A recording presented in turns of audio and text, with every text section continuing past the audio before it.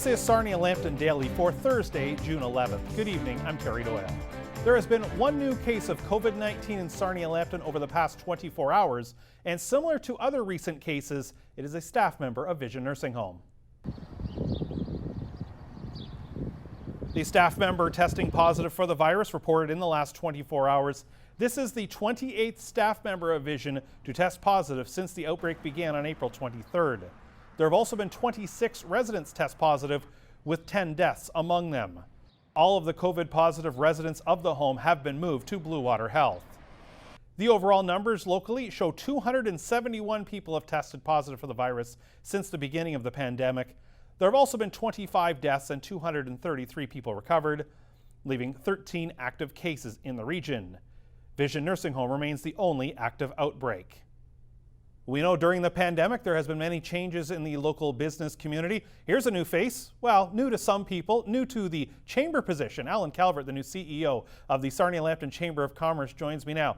Allan, it's day 4 on the job. Have you figured out where everything is? I'm going to break and go for a coffee right now. All kidding aside, thank you so much for the invitation, Terry, to be in front of you today, the 11th of June. Again, as I reminded you a moment ago, it is my 4th day. It's been an outstanding experience. I know it's early in the program. When I say outstanding, not just from the standpoint that a lot of great friends and acquaintances have been reaching out to welcome me back to the community. But you know, I hit the ground running. A lot of businesses have also been reaching out, saying we need help and we need help yesterday. This global event that's embraced us obviously is sensitive to we at home, in that being a chamber of commerce, and almost every city in the world has a chamber of commerce, but this network of local businesses, and we've got about 650 members, and believe it or not, we still have people in the community, given these times, interested in joining and have joined this week, looking for the advocacy ability of the chamber to help them get through this. And when I say help get through this, all levels of government have been fantastic at quickly throwing things at us to help us get through the day. And whether it's through things like the CERB program for employees that have been laid off, or rent support for landlords, there's no question it's been great that the governments came forward with all these programs. But when you log on to the websites and you look at the forms involved, some businesses struggle with translating some of those forms and are looking for help, hence they call us, and we'll do our best. Some look at the forms, they don't have the time because they're hanging on by their fingernails to make their businesses work to get through this. So there are a lot of opportunities, not only for we citizens of communities of Lambton County, but a lot of opportunities for the Chamber of Commerce to hold their hand and walk them through this myriad of support. So yeah, that's been my 4 days so far on the job. But again, I thoroughly enjoy it. I think I commented, I'm not taking this as a job. I feel privileged to be in this position, to have the skill set to help people along. If I don't have the answers, I will get the answers, or do my best to at least find where the answers might be. I was excited. I got my new business cards yesterday. I don't know if we've changed the website with my listing, but the point being, on my business cards is my cell phone number. I've always put my cell phone number out there. Call me 24/7. If I don't answer the phone, leave a message. I'll get back to you. I'm not going to hide from anybody. Like I say, I'll do my best for the membership and for anybody in business in the community. I've been working outside the community for the last 18 years in London, Ontario. When I took on a position 18 years ago in London, I told my wife and family, I'm not moving to London. I'm staying in Brights Grove. I'll give it a shot for a year and see how that goes. 18 years later, I was still commuting. I met good friends on the 402. Some were doctors, some were medical types, some were business people, either commuting from Sarnia to London or vice versa. People that lived in London commuting to Sarnia to work. My cardiologist locally, a great guy on London Road, he lives in London, Ontario. His family is so well established, it's not convenient for him to move here. He's got a young family. But there are a lot of people using the 402. Again, Chris from Van and Hoovel Towing, Preferred Towing. I bumped into him a couple times because in the wintertime, it can get pretty exciting out there. And to have a Sarnia guy, a Sarnia business guy, giving his best out there, and in essence turned into a TV show where they cover events like that called Heavy Rescue. It's phenomenal what our business base does for a living. Again, this time of year, I don't know how busy he is, but I'm sure he's finding lots of work. Allan, I'll ask you here is, of course, I'm sure in the winter you're not going to miss the commute up and down the 402 on some of those crazy days. And I'm sure that might have been one small reason, but what else drew you to this specific position with the Chamber of Commerce? You know, that's a great question. Being with the luxury dealership in London for that period of time, I had actually stepped back from being a manager, and I was wearing the jacket of being the brand ambassador. And I was doing a lot of work in the London area with London Health Sciences, emceeing golf tournaments, wine tastings, among other events throughout the community. And a lot of what I did was raising funds for things like prostate cancer research. So in essence, I was doing more of a public relations marketing position. And when the COVID situation was coming down the pipe, they had reached out to me on Friday the 13th in March. I happened to be off on that day. And they said, we're going into a teleconference with the owners of this dealership about what we can anticipate and how we're going to have to make a business shift for the next week or two because it can affect sales. And again, the new language of this COVID period was we've got to pivot our business model for the next couple of weeks. And specifically, they said, we've got to lay off Allan, Calvert, and the marketing department for a week or two to see what happens. So they called me later in the day on the 13th and said, you're not going to believe this, but we've got to lay you off for a week or two until we figure out what's going on. And that was at an early stage in this whole pandemic situation.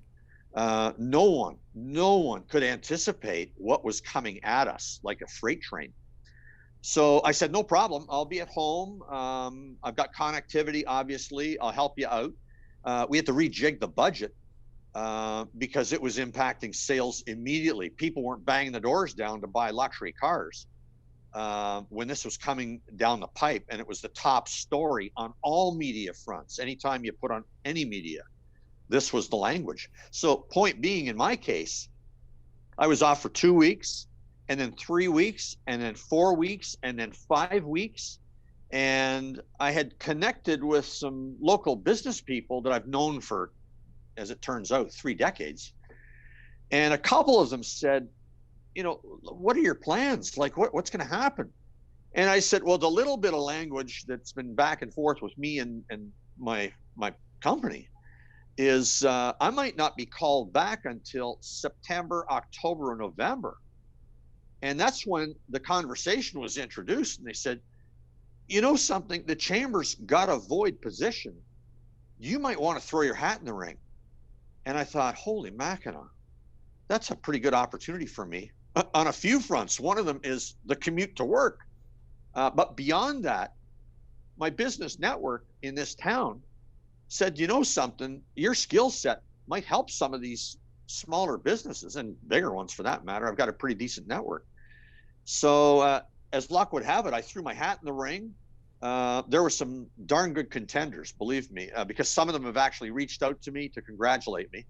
And again, I'm just flattered to have made the top of the heap. So here I am, and I've got my game face on, and I'm good to go, and I'm anxious to get going. The office here at the chamber, across from the police station on Christina Street, the doors are still locked. I'm here every day. We're not open to the public, but I've told everybody that I've come across up to this point. I'm here. If somebody wants to sit and have a cup of coffee, believe me, I've got the gear. I've got masks, gloves. I've got everything. I can unlock the door and invite you in. I'm more than happy to. But yeah, I'm good to go. And again, on the front of the levels of government that represent Sarnia and Lambton County, the welcome has been incredible. They've all reached out and said, Allan, here's my cell phone number. Don't hesitate to reach out. Again, for us being Lambton County, I'm working a lot with the provincial government. They've got some heat on their buns for sure, and I'm holding their feet to the fire on a few fronts. We're still stage 1, which means we can't open our doors. We can't go and get our hair cut. The poor guys that have small restaurants, some of them that have never had a patio before, are anxious to at least develop a patio so they can invite people in and serve them. I mean, these businesses need some cash flow to make expenses.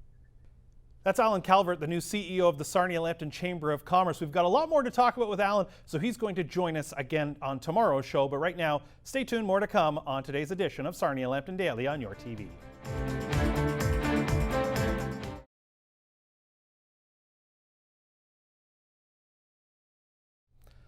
Welcome back to Sarnia Lambton Daily. Well, June is Pride Month, and the Pride and Transgender flags were raised in downtown Sarnia at the beginning of this week. Let's bring in Fach now from the Sarnia Pride and Transgender Association, one of the board members, part of the team there. And Crystal, let's talk about Pride Month. And in Sarnia Lambton, we saw the flags raised once again. We saw it last year. We saw it this year.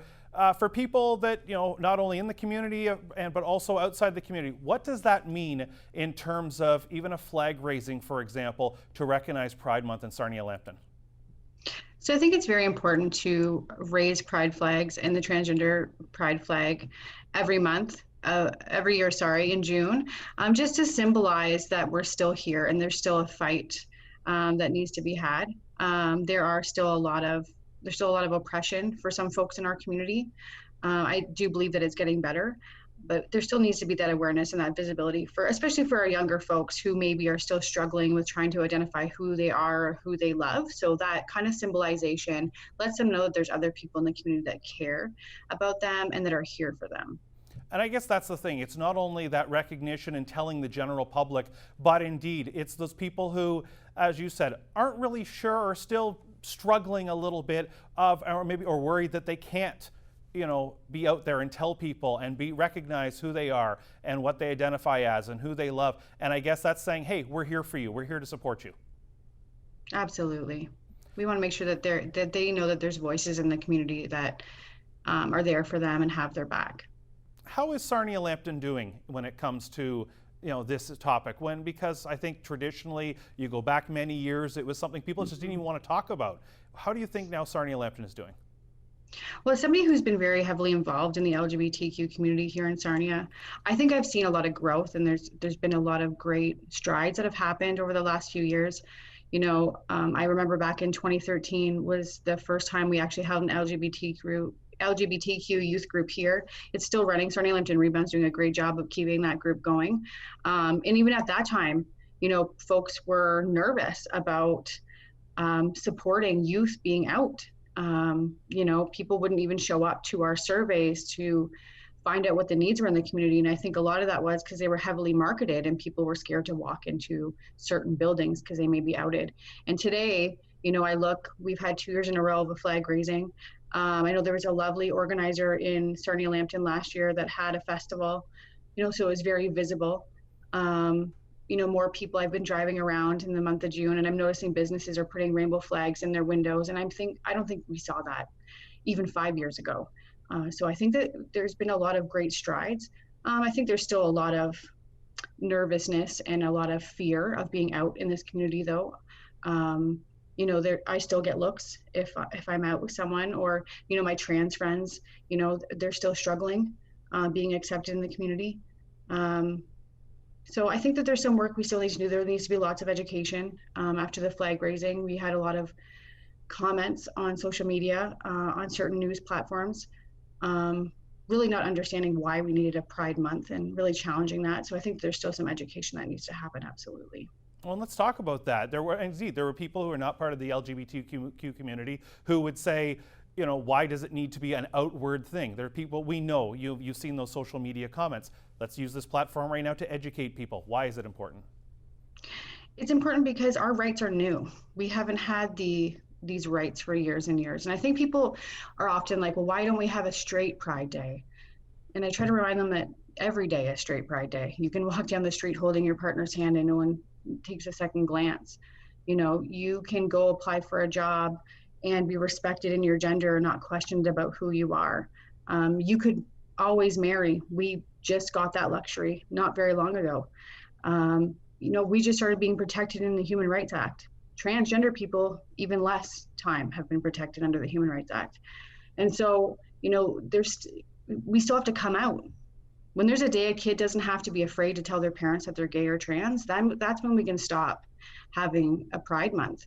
But until kids don't have to come out, we're going to have to hang those flags every single year until we can educate everybody about why it's important and why we deserve to be treated just like everybody else.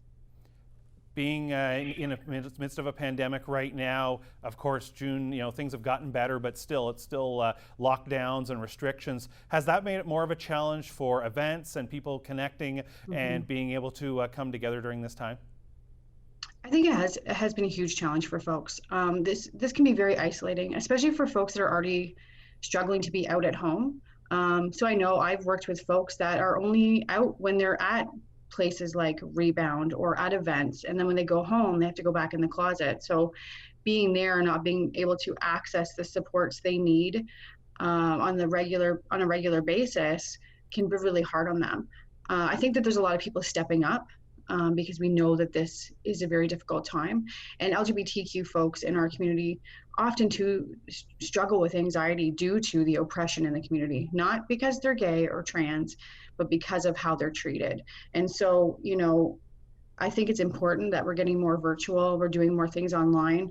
I'm still worried about the folks that are going to fall through the cracks because they are at home and maybe they can't log into a virtual meeting because their parents are there, or maybe a partner that doesn't know. So I think that there is still some work we need to do. Hopefully this pandemic, works itself out soon so we can have access to folks again. But I think that, like I said, there's a lot of folks stepping up to do some really great work online and making the best of what's going on right now, because we know that it's important for our folks to stay connected.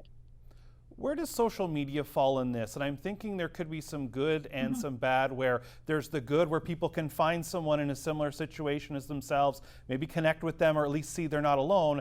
But unfortunately, the bad side of social media is the comments and the keyboard warriors that are out there as well. Is there a little bit of that when it comes to social media? I think there always is. I know that there's folks that will like a page of an LGBTQ organization just so they can comment negative things. I think that we do a really great job at moderating those things. Sometimes it's difficult when it's a news publication because we don't have control over what's being commented. But I think, like you mentioned, it's people that are keyboard warriors. They're not showing up at protests. They're not coming out to our events. They hide behind a computer, but it's still hurtful and hard. A lot of times I tell my young folks and my folks that are really vulnerable not to read the comments. Don't read them. I remember after the flag raising, someone messaged me and said, Crystal, go read the comments. And, you know, I had people say, are you going to comment back? And I said, I already made my comment. It's in the article. I'm not going to challenge those beliefs because I know that it's coming from a place of ignorance and fear. And no matter what I say, it's online. I'm not going to get the interaction that I need with that person. When you're face to face, I think it can become different because I become a human being, not just some person on a keyboard. So I think that, you know, it's hard on social media, but there are amazing things happening, you know, for our community right now on Facebook. And I really hope that folks are connecting to these resources because, you know, they're going to save people's lives having these things on Facebook and these organizations being super creative and providing support. How rewarding is it for you when you do find someone who has been challenged to, you know, be out, talk to their parents, things like that? Maybe they talk to you or someone else with your team in the association, and then sort of the light bulb goes off and realize, I fit in. I see my role, I see where I can go, and then move forward to there. Is that a huge rewarding situation for you and your group? Absolutely. That's always the goal. Sarnia Pride and Transgender Association, they've done a great job at bringing events to the community, being a support. We do have various groups. We do answer messages. We have people message us almost every day asking for help. And just being able to give them answers. Just in 2020, knowing that there's doctors in town that will support trans folks, for example, or the fact that we have virtual transgender meetings once a month right now, and being able to give them those answers and them feel supported has been so helpful. And then once we see them come out to events, I know for me, it fills my heart with joy, knowing that now they're feeling a part of the community and they're meeting other people that are like them and accept them. And I think what's even nicer is a lot of times our events are getting more and more allies coming out, which I think is huge because they're the ones that are going to call out their homophobic and transphobic friends. Those are the ones that can say, hey, that's not funny. Because I always tell allies that I work with, allyship expires at the end of every day. You have to pick it up and do it every single day. It's an action word. It's not a title that you get. And so when folks show up and folks call out transphobic and homophobic things, whether it's on social media or in person, that's showing allyship. It's taking the responsibility of us, which can be really exhausting, to educate everybody. So it's been really nice to see more and more allies come out as well and provide that support. And we've seen that at a local level, and I know from the hockey side that I'm more familiar with as well. For example, Brian Burke, longtime NHL general manager, team president. He's certainly been involved with the LGBTQ community, especially in Toronto for years, and definitely calling people out to be involved from that standpoint as well. So those allies are huge. Crystal, running short on time. For someone watching us tonight who maybe, and especially with the pandemic, is struggling a little bit because maybe they're finding it more difficult to connect. We're here. What sort of message would you have for them? I tell them to connect. I'll quickly give you 3 websites that you can go to right now to find some information or meet like-minded people. And that's, of course, us. So Sarnia Pride and Transgender Association, we do have virtual meetings for transgender people. Windsor Essex Transgender and Allied Support is out of town, but they do meetings across Southwestern Ontario online, and they're amazing. They also do individual peer support and counseling online. And then, of course, if you wanted something fun to get out of this pandemic, Windsor Essex Pride Fest, every Friday and Monday have a different musical, either a DJ or a band that plays virtually, and you can kind of log in live and listen and kind of forget what's going on out there. So those are some great organizations that you can check out to stay connected and break that isolation. Well, Crystal, we appreciate the time and certainly pass along our best wishes to everyone, as we know it's a challenging time as Pride Month and pandemic don't go together very well. So we certainly pass along our best wishes to everyone, and take care and stay safe. Great. Happy Pride, everyone. Thanks for joining us, Crystal. We'll have more in a moment on Sarnia Lambton Daily on your TV.